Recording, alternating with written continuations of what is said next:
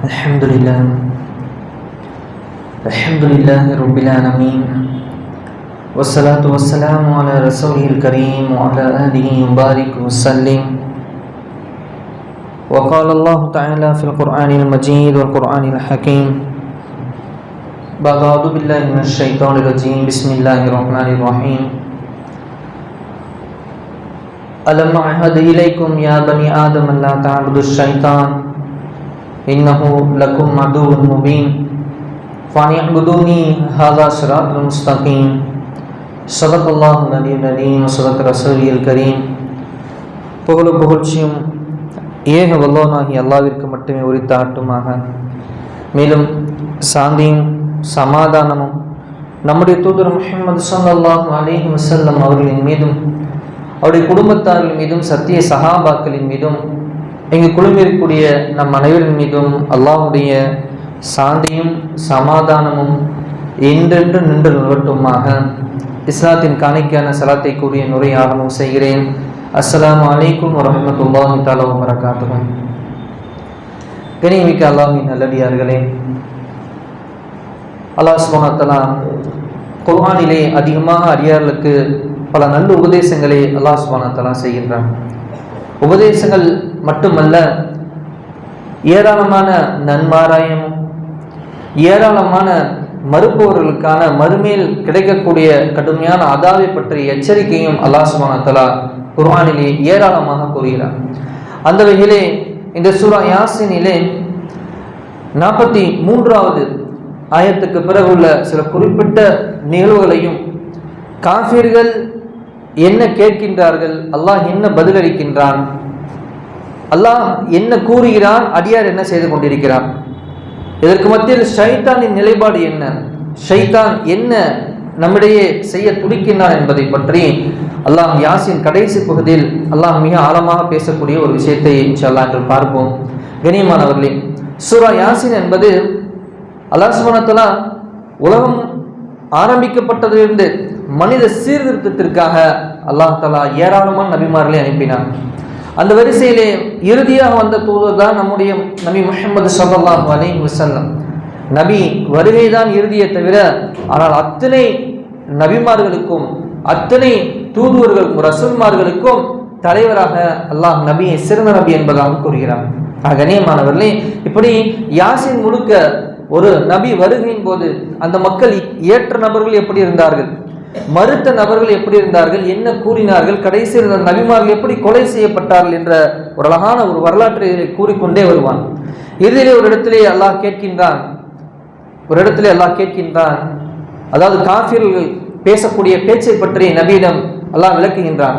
பாருங்க, வசனம் 48 ஆயத்து 48 இருந்து காஃபிர்கள் கேட்கக்கூடிய கேள்வி என்ன என்று சொன்னால், வயகூலுன மதா ஹாதா வஅதுல்லதி வஅது இன் குன்தும் சாதிகீன். நபிமார்களே, நம்ம நபியை பற்றி கேட்குறாங்க, நீங்க என்ன செய்றீங்க, அல்லாஹ்வுடைய தண்டனை வரும் என்று சொல்றீங்க, மறுமை நிகழ்ந்துவிடும் என்று சொல்றீங்க, அந்த மறுமை நாள் நிகழ்ந்துவிடும் என்றும் சொல்றீங்க. கேட்டாங்க, மதா எப்பொழுது, ஹாதல் வஅது இந்த வாக்குறுதி எப்போ நிறைவேறும், இன்குன்தும் சாதிக்கேன் நீங்க உண்மையாளர்களாக இருந்தா இப்போ அதை கொண்டு வாங்கலை பார்ப்போம் என்பதாக அந்த மறுக்கக்கூடிய நபர்கள் பெருமானார் ஸல்லல்லாஹு அலைஹி வஸல்லம் இடத்தில் கேட்டார்கள். அப்பொழுது மாயக்கூலுன இல்லா ஸஹ்ஹத்துன் வாஹிதத்தன் தஅஹுதுஹும் வஹும் யஹ்ஸிமூன். அல்லாஹ் கூறினார், இவர்கள் இப்படி கேட்டுதான் கொண்டிருந்தார்கள், முந்தைய நபிமார்களும் சரி இப்பயும் சரி. ஆனால் அப்படி கேட்டு கொண்டிருந்தவர்களுக்கு அல்லாஹ் எப்படிப்பட்ட அதாபுகள் இறக்கிறான் என்று கேட்டால், ஒரே ஒரு சப்தத்தை தவிர வேறு எதையுமே அவர்கள் கேட்கவில்லை. ஒரே ஒரு சப்தம் தான் அவர்களை அல்லாஹ் அழித்தொழித்து விட்டான். இதை பற்றி பரிகாசம் அவர்கள் தரிகித்துக் கொண்டிருக்கும் பொழுது அது அவர்களை பிடித்து கொண்டது என்பதாக அல்லாஹ் கூறுகிறான். மேலும் அல்லாஹ் கூறுகிறான், எப்படி அவர்கள் அந்த அளவுக்கு அந்த அதாப் இறங்குற நேரம் எப்படி ஆயிட்டான்னு கேட்டா, ஃபலா யஸ்ததிஊன தௌசியத்தும் வலா இலா அஹ்லிஹிம் யர்ஜிஊன். அந்நேரத்தில் அந்த பாவிகள் ஒரு மரண சாசனம் கூறவோ, நான் மூத்தா போறேன், என் சொத்தை இந்த மாதிரி என்னோட என்ன செய்யுங்க பிரிச்சு கொடுத்துருங்க, என் கடன் இருக்கு, இவருக்கு இதை கட்டிட்டு சொத்தை நீங்க என்ன செய்யுங்க பகிர்ந்தெடுத்துக்கு என்பதாக தன் வாரிசுகளிடம் பேசுவதற்கு அவகாசம் கூட அவர் பெற்றுக்கொள்ளவில்லை. என்ன செஞ்சிட்டாரு, மௌத்து வந்துருச்சு. அந்த அதாவு பிடிப்பட்ட உடனே அந்த மரண சாசனம் அவரால் கூற முடியல. இதே மாதிரி அல்லாஹ்வுடைய குடும்பத்தார் பக்கம் அல்லாஹ்வுடைய அந்த தண்டனையை விட்டு மீண்டும் அந்த குடும்பத்தின் பக்கமும் அவருக்கு போக முடியல. அதற்குள்ளே அல்லாஹ் என்ன செய்யறான்னு கேட்டால், அல்லாஹ் அவருடைய மரணத்தை அவருடைய தண்டனையின் மூலியமாக கடுமையாக்கி விட்டான். கண்ணியமானவர்களே, இப்படிதான் இன்றைய காலத்திலும் கேட்டுக்கொண்டிருக்கின்றார்கள். நம்ம சொல்லக்கூடிய இந்த குர்ஆன் ஹதீஸுகள் இன்னைக்கு யூடியூப்ல ஏராளமா நம்ம அப்லோட் செய்யறோம், பார்க்கிறோம். சொல்றாங்க இதெல்லாம் அரேபியர்கள் எழுதப்பட்ட கட்டுக்கதைகள் என்பதாக. இவர் பேசக்கூடிய நபர்கள் இது போன்றுதான். இவர்களுக்கு அந்த மரண நேரம் வரும்பொழுதுதான் ஒட்டுமொத்தமும் புரியும். நம்ம தைரியம் அந்த 5 நிமிடம் மாசா போடுறோம், அலுவலகத்தில் போட்டிருக்காரு. இது என்னது, அரேபியர் எழுதப்பட்ட கட்டுக்கதை என்பதாக. கண்ணியமானவர்களே, இஸ்லாமிய வாழ்வியல் முறை கருத்து என்பது ஒரு மனிதனின் யதார்த்த நிலையை ஒத்திருக்கும். அப்படியே ஒரு ஃபேண்டசி, ஒரு மூவி பார்த்த மாதிரியோ இல்லை ஒரு பெரிய அந்த கற்பனை கதைகளை பார்த்த மாதிரி இல்லை, யதார்த்த வாழ்க்கையோடு ஒத்து போகக்கூடியதுதான் இஸ்லாம். பெருமானார் ஸல்லல்லாஹு அலைஹி வஸல்லம் வாழ்ந்தார்கள் என்றால் அங்கு சென்று நம்மால் பார்க்க முடியும், நபி வாழ்ந்த இடத்தை பார்க்க முடியும். கண்ணியமானவர்களே, இப்படி இருக்கும் நிலையில் இவர்கள் கேட்கக்கூடிய கேள்விகளுக்கு அல்லாஹ் பதிலளிக்கின்றார். மேலும் அல்லாஹ் குர்ஆனிலே கூறுகிறார், இப்படி நீங்க என்ன செய்ய மறுப்பதின் காரணமாக மேலும் உங்களுக்கு என்ன நிகழ்க்கும், வனுஃபிஹ ஃபிஸ்ஸூரி ஃபஇதாஹும் மினல் அஜ்தாஸி இலா ரப்பிஹிம் யன்ஸிலூன். அல்லாஹ் அவர்களை அழித்து விடுவான். 2வது சூர் ஊதப்பட்டால் உடனே அவர்கள் சமாதிகளில் இருந்து வெளிப்பட்டு தங்களின் இறைவனின் பக்கமாக விரைவாக வந்து அல்லாஹ்ட்ட ஒன்று சேருவாங்க என்பதாக அல்லாஹ் கூறுகிறான். அந்த மறுமை நாள் நிகழ்வை அல்லாஹ் விளக்குகிறான். அல்லாஹ் நபியுடைய எச்சரிக்கை, என்ன செய்து கொள்ளுங்கள், எடுத்துக்கொள்ளுங்கள், உங்களை சீர்திருத்தம் செய்து கொள்ளுங்கள். மேலும் அந்த இடத்துல சொல்லப்படும், அவர் சொல்லுவாரு காலு, அப்படி மறுமையில் அவர் அந்த கபூர்ல இருந்து அவர் வெளிப்பட்டு அல்லாஹ் 2வது சூர் ஊதுவதும் போது ஒட்டுமொத்த மனித இனத்தையும் தனக்கு முன்பாக அல்லாஹ் நிறுத்தும் பொழுது அந்த மனிதர்கள் யாரு, இந்த மறுத்த மனிதர்கள் சொல்வார்கள், காலு யா வைலத்தனா மம்பஅஸனா, யாரு நாங்க தூங்கிட்டு இருந்தோம் எங்களிருந்து எழுப்புனது, மிம் மர்கதினா, எங்களுடைய கபூர்களில் இருந்து என்று அவர்கள் ரொம்ப வியப்போடு கேட்பாங்களாம். மீண்டும் இந்த இறை மறுக்கக்கூடிய நபர்களே மறுமையில் ஒன்று திரட்டக்கூடிய நாளிலே இவர்கள் கேட்கக்கூடிய கேள்வி என்ன, யார் எங்களுடைய இந்த மன்னரையில் இருந்து எங்களை எழுப்பியது யார் என்று கேட்பார்கள். அவர்களுக்கு சொல்லப்படும், ஹாதா, இந்த நாள் தான், மா வஅதர் ரஹ்மான், உங்களுடைய ரஹ்மான், உங்களுடைய ரப்பு, உங்களுடைய அல்லாஹ், உன்னை எவன் படைத்தானோ அந்த ஒருவன் உங்களுக்கு வாக்களித்த நாள் இதுதான். வஸதகல் முர்ஸலூன், ஒவ்வொரு நபிமார்களும் வந்து உங்களை எச்சரிக்கை செய்து கொண்டிருந்தார்களே, அந்த தூதுவர்கள் உண்மைப்படுத்திய நாளும் இந்த நாள் தான் என்பதாக மறுமையிலே மனிதர்களை பார்த்து கூறப்படும். குறிப்பாக இந்த குர்ஆனையும் நபியையும் அல்லாஹை மறுக்கக்கூடிய இந்த நபர்கள் கூறப்படும். கண்ணியமானவர்களே, என்ன நடக்கப்படும், இன் கானத் இல்லா ஸஹஹத்துன் வாஹிதத்தன் ஃபஇதாஹும் ஜமீஉன் லதைனா முஹ்தலூன், அன்றைய நாள் ஒரே ஒரு சப்தத்தை தவிர வேறு எதையும் கேட்க மாட்டார்கள், அதற்குள்ளாக அனைவருமே நம்மிடம் ஒன்று திரட்டப்பட்டு நிறுத்தப்பட்டு விடுவார்கள் என்பதாக அல்லாஹ் கூறுகிறான். இதுதான் இந்த நாள் நடக்கக்கூடிய ஒரே ஒரு அல்லாஹ்வுடைய அதிகாரத்தின் கீழ் வரக்கூடிய விஷயம். அல்லாஹ் கூறுகிறான், அந்நாளில் எப்படி இருக்கும், அந்நாளில் அல்லாஹ்வுடைய விசாரணை, அந்நாளிலுடைய அடியாளுடைய பாவ அல்லது நன்மை கணக்கு வழக்குகளை அல்லாஹ் எப்படி எடுத்து நடத்துவான், எப்படி பேசுவான், அதை பற்றி அல்லாஹ் ஒரு வரியிலே கூறுகிறான். அந்நாளை அல்லாஹ் ஏற்படுத்திய பிறகு அல்லாஹ் சொல்கிறான், ஃபல்யௌம, அந்நாளிலே, லா துதுலமு நஃப்சுன் ஷைஅன், ஒரு சின்ன அநியாயம் கூட எந்த ஆத்மாவுக்கும் அல்லாஹ் இழைக்க மாட்டான் என்று மறுமை பற்றி அல்லாஹ் பேசிக் கொண்டிருக்கிறான். அந்த மறுமை நாளிலே சிறிய ஒரே ஒரு சின்ன அநியாயம் கூட ஒரு ஆன்மாவுக்கும் செய்யப்படாது. ஷைஅன் வலா வலா துர்ஜஊன இல்லா மா கானத் தஅலமூன் ஃபல்யௌம லா துதுலமு நஃப்சுன் ஷைஅன் வலா துஜ்ஸௌன இல்லா மா குன்தும் தஅமலூன். அவர்கள் என்ன செஞ்சாங்களோ, அவங்க என்ன சம்பாதிச்சாங்களோ, நல்லதோ கெட்டதோ, அதை மட்டும்தான் அல்லாஹ்ட்ட கூலியை பெற்றுக்குவாங்க. மறுத்த காஃபிர் இன்னைக்கெல்லாம் பண்றாங்களா, நம்ம எல்லாம் ஒரு இந்தியா ஒரு நாடு நாங்களும் ஏற்றுக்கொண்டோம், ஆனால் சிறுபான்மையினர் எப்படி தனியாக பிரித்து கொண்டு போய் அப்புறமேல அதுக்கு ஒரு கஷ்டத்தை கொடுக்கறது, கேட்க ஆளில் என்பதாகவும் அவருடைய அதிகாரத்துறை மறுக்கப்படக்கூடியது எப்படி நடக்குது அல்லவா, இப்படி அல்லாஹ் மாதிரி நடந்து கொள்ள மாட்டான். அதனால் அல்லாஹ் இங்கே குறிப்பிடுகின்றான், உங்களுக்கு என்ன அல்ல, எந்த ஆத்மாவும் சிறிதளவும் அநியாயம் செய்யப்பட மாட்டீர்கள், நீங்க என்ன சம்பாதிச்சீங்களோ அதுக்கு மட்டும் அல்லாஹ் கூலி கொடுப்பான். நீ குஃப்ரு, இணை வைப்பு, அநியாயம். இதுதான் மூட்டையே சம்பாதிச்சு வந்திருக்கியா, அந்த கூலியை பெற்றுக்குவ. கொஞ்சோண்டு அமல் செஞ்சேன் அப்படின்னா அந்த கொஞ்சோண்டு நன்மைக்கான கூலியை நீ பார்த்துக்குவ. இப்படிதான் அல்லாஹ்வுடைய அந்த மறுமையின் கேள்வி கணக்கு விசாரணையின் கூலியும் இருக்கும் என்பதாக அல்லாஹ் கூறிவிட்டு அல்லாஹ் கூறுகிறார், இன்ன அஸ்ஹாபல் ஜன்னத்தில் யௌம ஃபீ ஷுகுரின் ஃபாகிஹூன். நாளில் நல்லடியார்களை பற்றி அல்லாஹ் கூறுகிறார், நிச்சயமாக சொர்க்கவாசிகள் சந்தோஷமாக அந்த சொர்க்கத்திலே காலத்தை கழித்துக் கொண்டிருப்பார்கள். மேலும் அல்லாஹ் கூறுகிறான், ஹும் அஸ்வாஜுஹும், அந்த நல்லடியார்களுக்கு ஹும் அஸ்வாஜுஹும் ஃபீ திலாலின் அலல் அராஇகி முத்தகிஊன், அவர்களுக்கு அவருடைய மனைவிமார்கள் நிழல்களின் கீழ் கட்டில்களின் மீது வெகு உல்லாசமாக சாய்ந்து உட்கார்ந்து கொண்டு அல்லாஹ் கொடுத்த எல்லா சுகத்தையும் நல்லடியார்கள் அனுபவித்துக் கொண்டிருப்பார் என்பதாகவும் அல்லாஹ் கூறுகிறான். லஹும் ஃபீஹா ஃபாகிஹத்துன் வலஹும் மா யத்தஊன், அதில் அவங்க என்ன பல வகைகளை கனி வகைகளை கேட்கிறாங்களோ அதெல்லாம் அவர்களுக்கு கொண்டு வந்து கிடைக்கும். மேலும் அல்லாஹ் அந்த நல்லடியார்களை பற்றி கூறுகிறான், சலாம் கௌலம் மிர் ரப்பிர் ரஹீம், நிகரற்ற அன்புடையனான உங்களுடைய இறைவனுடைய சாந்தியும் சலாமும் உங்கள் மீது உண்டாவதுமாக என்பதாக அங்கே கூறப்படும். அவர்கள் கண்ணியமானவர், இந்த உலகத்தில் வாழக்கூடிய நாம் இதுதான் நம்முடைய லட்சியம், இதுதான் நம்ம லட்சியம். நமக்கு ஒரு லட்சியம் உலகத்தில் இருக்கலாம், வீடு கட்டிடணும், கொஞ்சம் இந்த வேலையை முடிச்சிடணும், பிள்ளைங்களை கொஞ்சம் படிக்க வச்சிடணும், அடுத்து கட்டி கொடுத்துடணும், இந்த உலகத்துடைய நோக்கம். ஆனால் நம் மரணத்திற்கு பிறகும் மறுமையில் அல்லாஹ்வுடைய அந்த கேள்வி கணக்கு முடிஞ்சு சொர்க்கத்துக்குள்ள போனதுக்கு பிறகும் அல்லாஹ்வுடைய சலாமை ஒரு முறையாவது பெற வேண்டும்.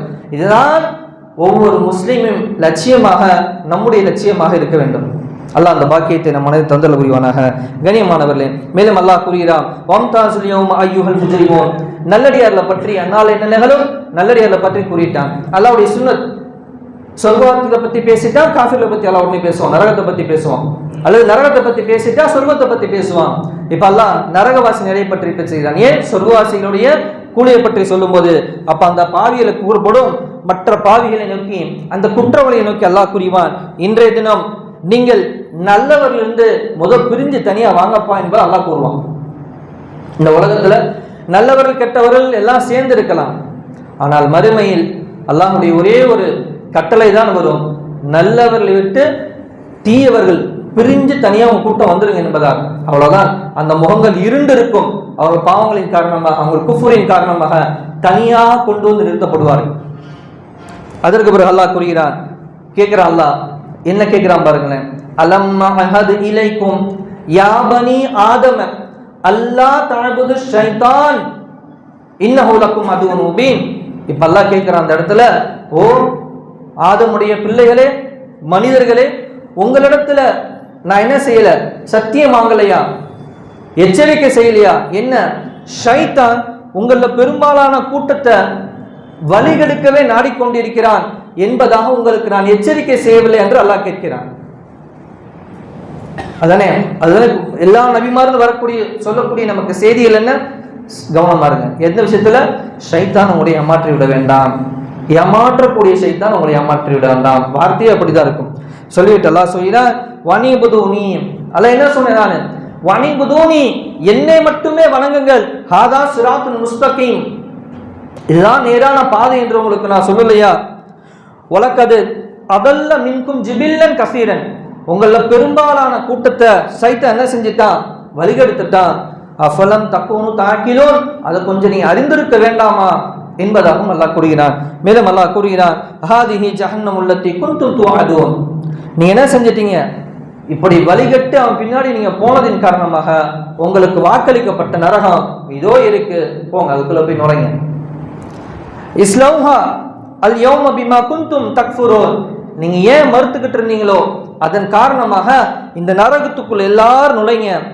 அப்ப சொல்லப்படும், அண்ணோ ஒவ்வொரு அடியார் கூப்பிட்டு அல்லாஹ் இப்படி விசாரிப்பான். இதே பொதுவான ஒரு விஷயம் சொல்லப்பட்டோம். அதற்கு பிறகு அல்லாஹ் விசாரணையின் போதும் அல்லாஹ் எப்படி விசாரிப்பான் என்பதையும் அல்லாஹ் கூறுகிறான். அல் யௌம நஹ்திமு, அந்நாளிலே அல்லாஹ் முத்திரையிட்டு விடுவான். எதன் மீது? ஒரு அடியார் அழைத்து, இப்ப நம்மளை அழைச்சு அல்லாஹ் விசாரிக்கிறான்னு சொன்னா, நஹ்திமு அலா அஃப்வாஹிஹிம், அவருடைய வாயின் மீது அல்லாஹ் பூட்டை போட்டு விடுவான். வத்து கல்லிமுனா ஐதீஹிம், அவர் என்ன பாவம் செய்தார் என்று அவருடைய கைக்கு அல்லாஹ் வாயை கொடுத்து அதன் மூலியமாக பேச சொல்வான். வதஷ்ஹது அர்ஜுலுஹும் மின்கும் பிமா கானு யக்ஸிபூன், அந்த கால்கள் எந்த பாவத்தை நோக்கி நடந்தது அல்லது எந்த நன்மையை நோக்கி நடந்தது என்பதாக அது தான் சம்பாதித்ததை அல்லாஹ்விடத்திலே கூறிக்கொண்டிருக்கும். எப்படி பாருங்க சகோதரர்களே, அன்னாரி விசாரணை எப்படி இருக்கும் பாருங்க. உங்கள் வாய்கள் பூட்டப்பட்டு கைகளும் கால்களும் அவைகள் சம்பாதித்தவற்றை அங்கே அல்லாஹ்விடத்திலே சாட்சி கூறிக்கொண்டிருக்கும். யா அல்லாஹ், இவன் இதை செய்தான், இதை செய்தான், இங்கே இதை செய்தான். மேலும் ஒரு ஹதீஸ்ல நம்ம படித்தோம், 3 நாளைக்கு முன்னாடி குர்ஆனே வந்துச்சு, சூரா ஆல இம்ரான்ல, இடங்கள் இந்த பூமி உங்களுக்கு சாட்சி சொல்லும் என்பதாக. யா அல்லாஹ், இவன் எம்எல்ஏ பாவம் செஞ்சான், இல்லை எம்எல்ஏ நன்மையை செஞ்சான் என்பதாக இந்த பூமி என்ன செய்யும் சொல்ல, இது சாட்சி கூறும். இப்படியாக அவனுக்கு எதிராகவோ அல்லது அவனுக்கு சாதகமாகவோ அங்கே அனைத்து சாட்சிகளும் கொண்டு வரப்படும். சிந்தித்து பாருங்க சகோதரனே, வாயிருந்தா தானே வாதாடி ஜெயிச்சுக்க முடியும். எதையாச்சும் பொய்ய சொல்லலாம், உண்மையை சொல்லலாம். உண்மைக்கு போறப்ப எதுமா பேசி உலகத்துல ஜெயிக்கலாம், வேற எதுமா செய்யலாம். ஆனால் மறுமை நிலையே பாருங்க, அல்லாஹ் எல்லாத்தையும் லாக் பண்ணிடுவான், பேச சொல்லிடுவான். கை கால் எல்லாத்தையும் அல்லாஹ் பேச சொல்லிடுவான். அல்லாஹ் சொல்றான், வலவு நஷா லதமஸ்னா அலா அயுனிஹிம் ஃபஸ்தபகு சிராத்து ஃபஅன்னா யப்சிரூன். நாம் விரும்பினால் அவருடைய கண்களின் பார்வையை போக்கி விடுவோம். அச்சேமே அவர்கள் தப்பித்துக் கொள்ள வழியை தேடி ஓடினால் எதைதான் அவர்கள் பார்க்க முடியும்?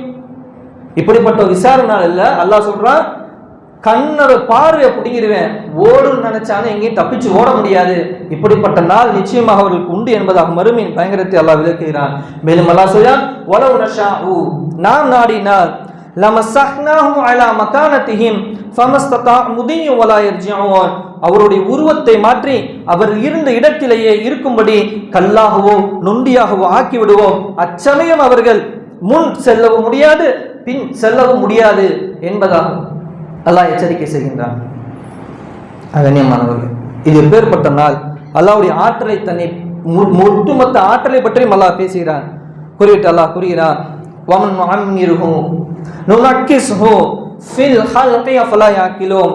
நாம் எவரையும் அதிக நாள்கள் உயிருடன் வாழ்ந்திருக்கும்படி செய்தால் அவருடைய நிலைமையை தலைகீழாக்கி சிறிய குழந்தையை போல் ஆக்கி விடுகிறோம். இதை அவர்கள் அறிந்து கொள்ள வேண்டாமா என்று அல்லாஹ் கேட்கிறான். இது எது சகோதரர் அல்லாஹ் கூறுகின்றான்? முதல் மனிதன் குழந்தையாக இருக்கிறான். குழந்தையா இருந்து வாலிபத்தை அடையும் போது அவருக்கு ஒரு பெரிய அறிவு முதிர்ச்சி ஏற்படுது. அவர் எல்லாத்துக்கும் அட்வைஸ் பண்ணிக்கிட்டு இருப்பார். ஆனால் அந்த அறிவு முதிர்ச்சியில ஒரு ஊரை வழிநடத்தலாம், ஒரு பெரிய பதவியில இருக்கலாம். ஆனால் மீண்டும் அவருடைய வயோதிகத்தை நோக்கி நகரும் போது, அந்த ஏழாமை காலம், தள்ளாடும் காலம் வரும் பொழுது மீண்டும் அவன் குழந்தை பருவ தன்மைக்கு அவன் வருகிறானே, கொஞ்சம் நீங்க சிந்திக்க வேண்டாமா? அல்லாஹ்வுடைய ஆற்றல் எங்கே இருக்கிறது என்பதாக நீங்கள் சிந்திக்க வேண்டாமா?